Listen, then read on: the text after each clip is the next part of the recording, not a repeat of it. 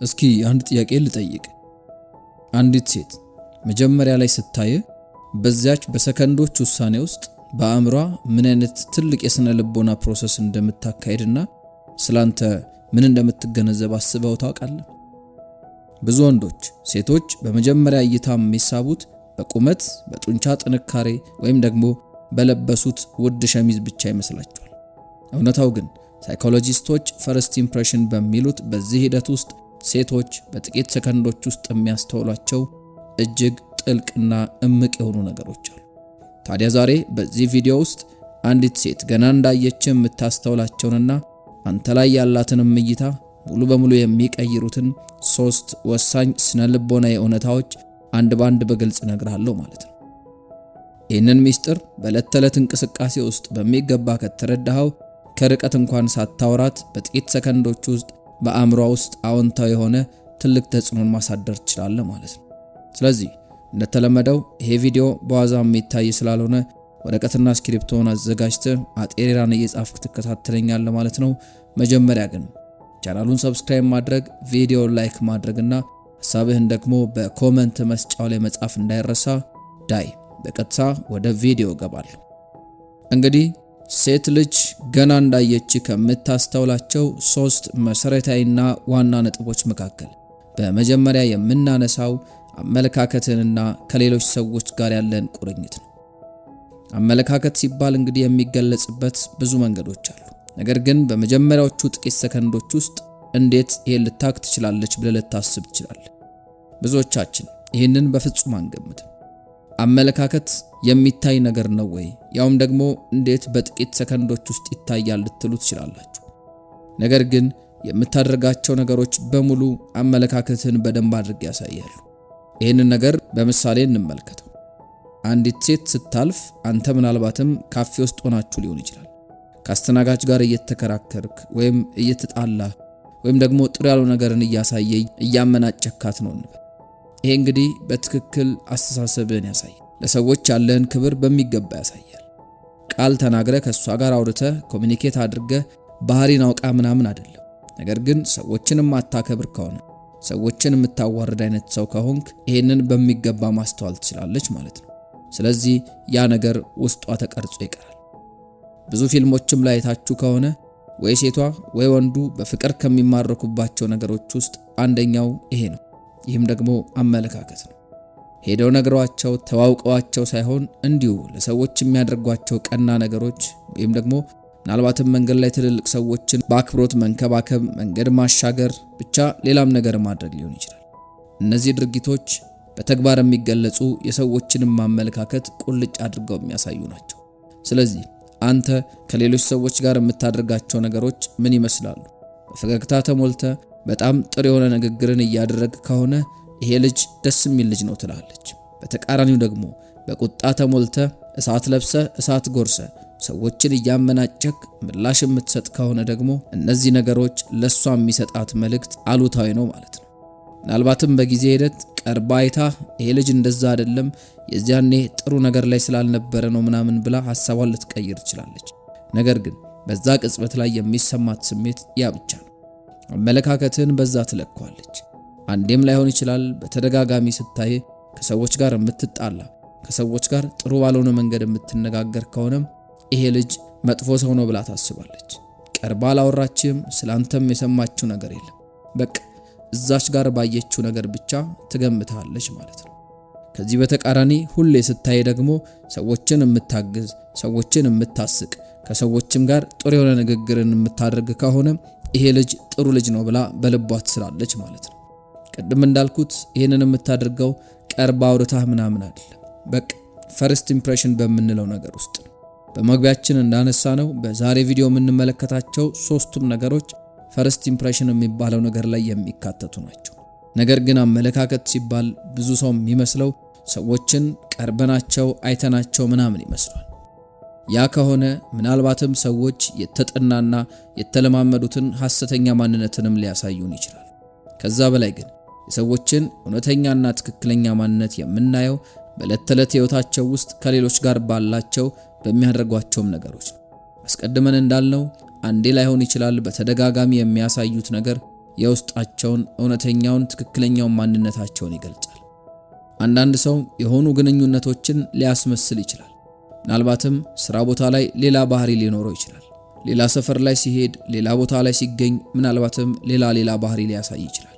ነገር ግን ሁሌም ቢሆን በዕለት ተዕለት ሕይወቱ በተገኘበት ቦታ ሁሉ ሁሉንም ነገር ማስመሰልና ሐሰተኛ ማድረግ ግን አይችልም።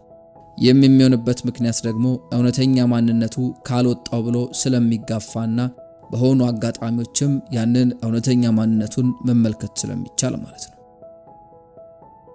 ሁለተኛው ሴት ልጅ ገና እንዳየች የምታስተውለው ነገር ደግሞ የጤናና የጥንካሬ ምልክቶችን። እንግዲህ እነዚህ በጣም ወሳኝ ነገሮች ናቸው። ጥንካሬ አለው የሚለውን ነገር ሴቷ በደንብ አድርጋ ታያለች። ጥናቶች እንደሚያሳዩት ከሆነ ሴት ልጅ የምትተማመንበት የምትደገፍበትም ሰው መሆንን በደንብ ነው ቼክ የምታደርገው። ይህም ደግሞ በሰከንዶች ውስጥ ነው የሚሆነው። ይሄ ፈርስት ኢምፕሬሽን የምንለውም ነገር የሚመጣው ከዛ ነው። በነገራችን ላይ ይሄ ነገር ከድሮ ከጥንትም ጀምሮ የመጣ ነው። ጤናማ መሆንን ማለትም ፊዚካሊ ሙሉ ለሙሉ ጤናማ መሆንን ታያለች።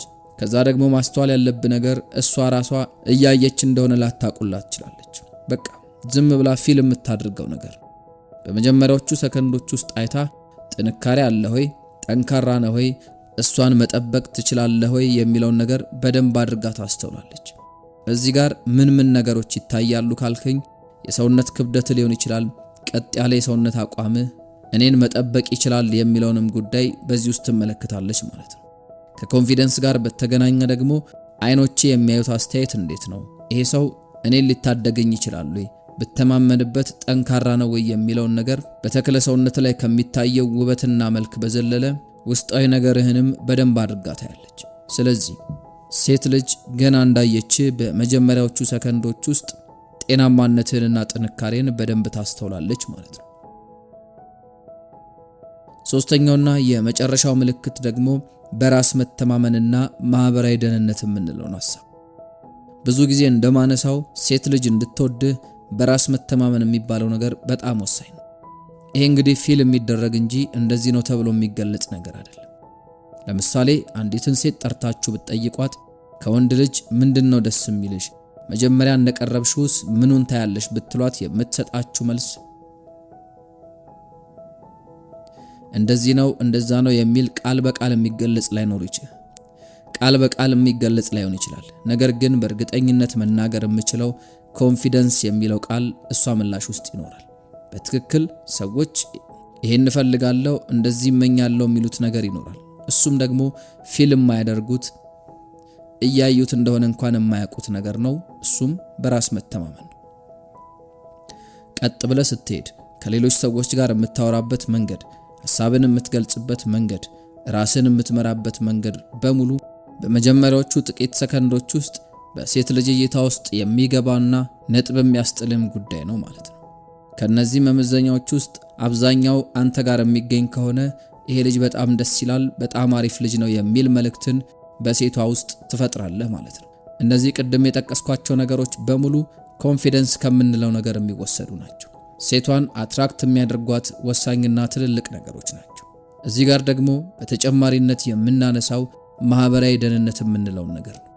ከሌሎች ሰዎች ጋር ባለ ነገር ምናልባትም ከብዙ ሰዎች ጋር ሆነ እያየች ሊሆን ይችላል። ከነሱ ጋር ያለ ነገር እንዴት ነው? ፈታ ብለ ፍሌክሲብል ሆነ እያወራህ ነው? ፊት፣ የሰውነት ገጽታ፣ ኢነርጂ ክፍት ነው?